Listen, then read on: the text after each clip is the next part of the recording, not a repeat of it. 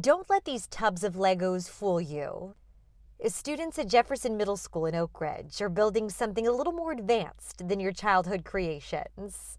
Make sure to take everything apart besides those things.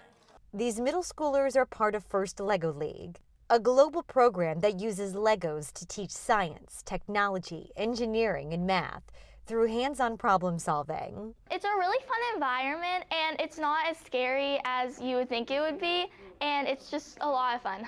And this club is growing. Thanks to UCOR's STEM mini grants, Jefferson has expanded from 1 team to 4. With this grant, we purchased stuff like Lego robots, which are super expensive, but you want as many Lego robots in the hands of kids as possible.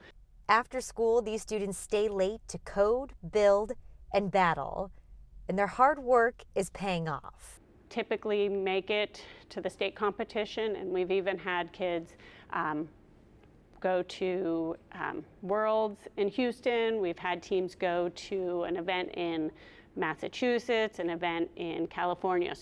And just for them to see that there are other kids that also like robotics is really neat. Ready? 3, 2, 1. The sumo bots are a fan favorite. Tiny robots battling it out to stay in the ring. I think I need to add a little more speed to mine. 5th grader Emmett Branson even gave us a coding lesson. I have 2 sonic sensors, one on the front and one on the back, so if it senses something in the back, then it will go backwards and charge at it. But if it senses something in the front, it'll go forward and charge at it. From Lego bricks to big ideas, these students are building the future, one robot at a time.